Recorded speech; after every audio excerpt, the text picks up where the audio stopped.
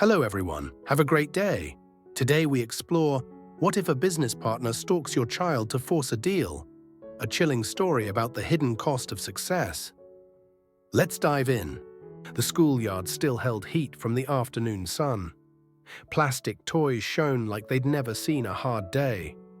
A car glided up to the gate and stopped too close. The brakes scraped once, quick and dry. Henry heard it and sprang up. He ran on little feet, shouting, "Dad, Alex!" Tuna stood, eyes narrowing, because Alex's truck was never that quiet, and because this car didn't belong in front of a nursery. The window lowered. A man behind the glass didn't wave. He didn't call Henry's name. He just watched him coming, like he was measuring something. Tuna took one step toward Henry, then stopped. Not panic. A warning inside her ribs, a feeling that the gate had just become thin. Then Alex's truck turned in behind the car. Henry hesitated mid-run, head tilting like a confused puppy. He looked from the wrong car to the right one. He saw Alex climb down. He changed direction instantly and flew into Alex's legs. Alex lifted him, breath warm against Henry's hair. "What did you do today?" he asked. "Swing," Henry said. "Puzzle." I sang loud. Then he pointed to the wall near the teacher's desk. "My picture. I drew Mom Tuna." He said it like a proud secret. Tuna came close with a towel. She wiped Henry's forehead. Her eyes never left the man in the other car. Alex's phone vibrated in his pocket. He ignored it. He kissed Henry's temple instead. The strange car rolled away slow. Too slow for someone who had just stopped by accident. Tuna caught the plate numbers anyway. Not to be brave, to remember. The teacher leaned in, voice lowered like gossip. "Someone came earlier," she said. "Said they were from your company. Asked which car you drive. And asked what time Henry usually leaves." Alex froze. Tuna's hand tightened on the towel. Alex's phone vibrated again. A partner's name flashed on the screen. Alex covered it with his palm before Henry could see. He forced a smile that didn't reach his eyes. "Let's go home," he said. The tire marks at the gate looked fresh enough to return tonight. Henry fell asleep clutching his drawing. Tuna carried him inside like he was something breakable.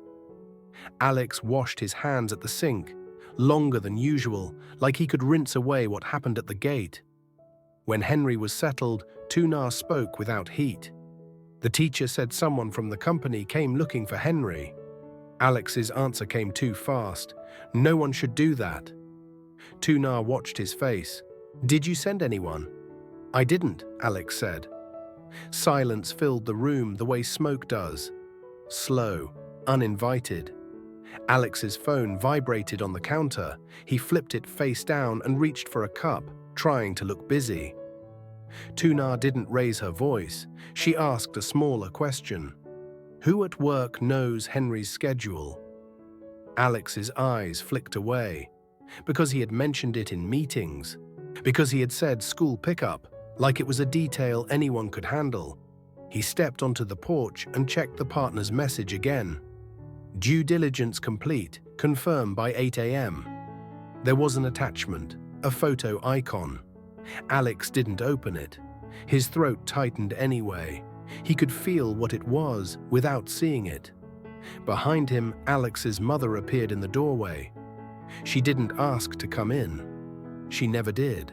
"You're bringing noise home again," she said. Alex forced calm. "It's nothing." His mother's eyes didn't soften. "When you say nothing, it means someone else will pay for it." Tuna came to the doorway, not crowding him, just close enough to share the air. "Open it," she said quietly. Alex finally tapped the attachment. A grainy photo, the school gate, Henry running, the wrong car at the curb, time-stamped. Tuna's face didn't change, but her shoulders did. They tightened, like she'd been holding the world on them, and it got heavier.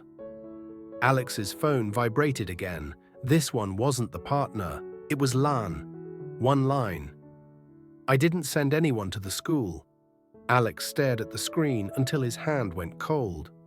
Because if Lan was telling the truth, then someone had worn the company's name like a mask.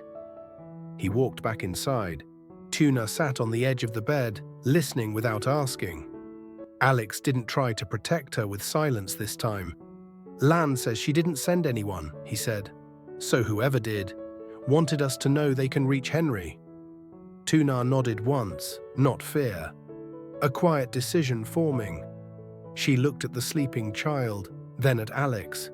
And now, she said, I need to know if you can still keep work out of our door. The next afternoon, Alex arrived early. He parked farther down the street, as if distance could make the gate feel safer. Henry heard the engine and ran anyway. "Dad, Alex," he shouted, arms wide. Alex lifted him, holding him too tight for a second. Henry giggled and patted his cheek. Tuna stood beside them with the towel, steady hands. "Did anyone come today?" she asked the teacher.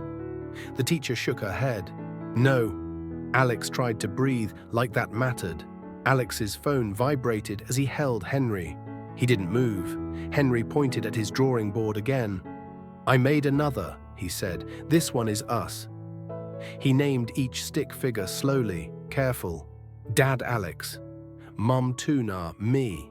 Tuna smiled, but her eyes stayed sharp. She watched Alex's jaw, watched the way he swallowed. Alex's phone vibrated again. This time the name on the screen was Mai. Alex stepped aside, voice low.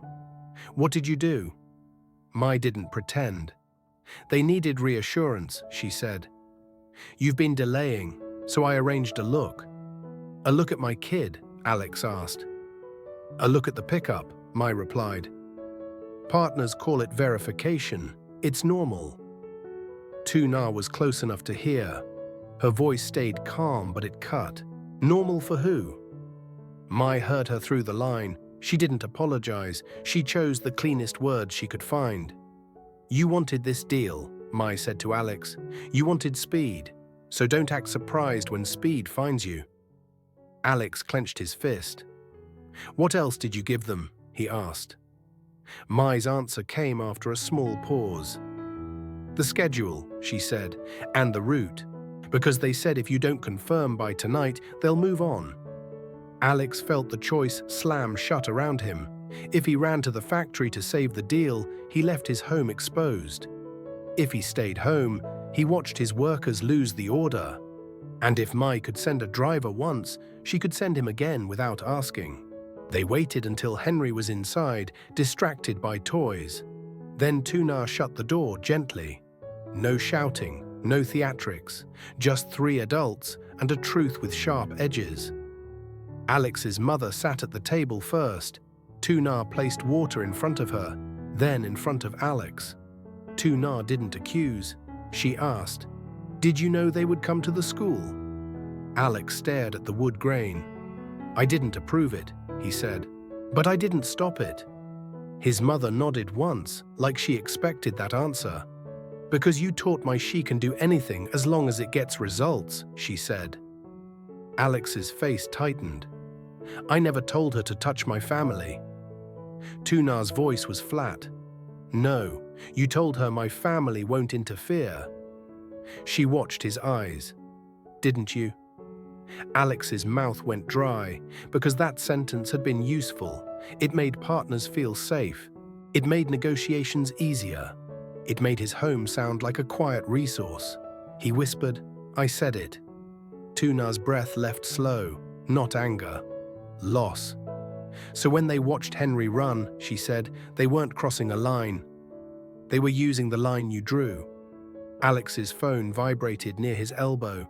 He didn't touch it. He felt the pull anyway. His mother leaned forward, voice low. "Say who benefits," she said. "Who gets stronger every time you choose business first?" Alex looked up. Mai, the partner, even himself, in the way avoidance had become a habit. Tuna asked for something small that was actually enormous. "I want her name said in this house," she told him, "and I want you to tell me what you promised them about us." Alex swallowed. If he protected Mai, he protected the company's face. If he told the truth, he exposed how weak his boundaries really were. From the next room, Henry laughed at something on TV. A bright sound, a fragile sound. Alex's phone vibrated again. This time Tuna glanced at it. Not to control him, to see if he would choose it. Alex turned the phone over, face down, a quiet surrender. He spoke low. "My."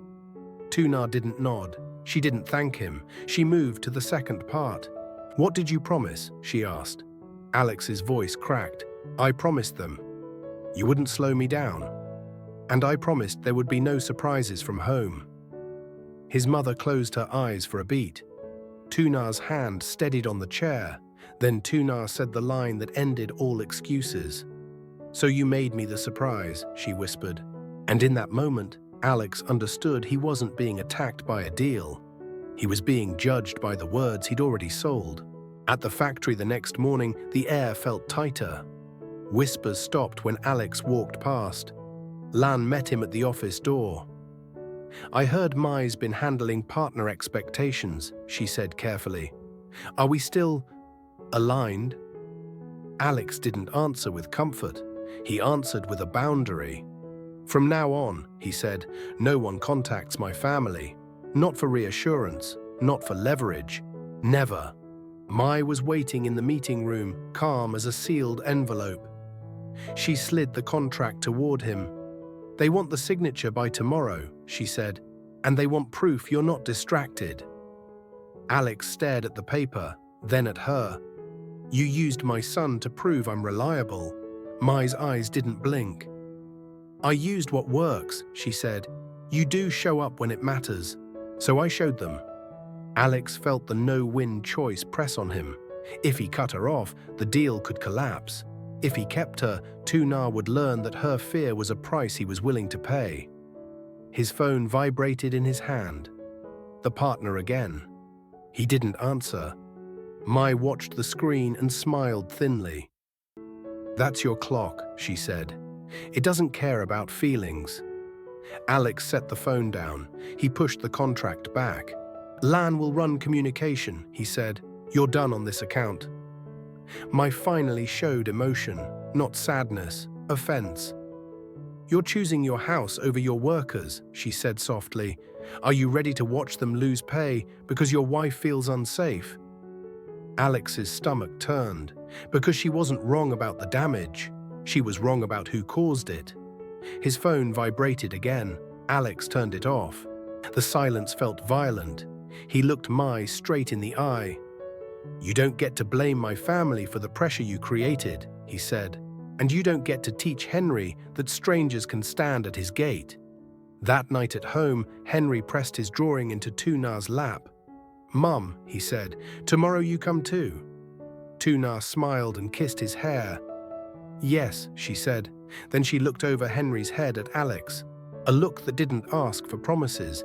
It asked for proof. Alex's mother stood by the bamboo fence outside, listening to the house breathe. "Peace is work," she said quietly, as if speaking to the yard. "And work can be stolen." Alex went to the school before the gate was crowded. He didn't want Henry's last memory of the day to be noise. Henry ran to him like always. "Dad, Alex!" he shouted, full-body joy. Alex lifted him. He asked about the day. He listened like listening was a job. Tuna waited by the truck with the towel and warm water. She wiped Henry's hands, then looked at Alex. "No surprises," she said. "I know," Alex replied, but his voice sounded like a man holding a door shut. Back home, Alex set the phone on the table. Lan joined on speaker. The partner's voice came through, polite and hard. "We heard changes are happening inside your team," he said. "We don't like instability."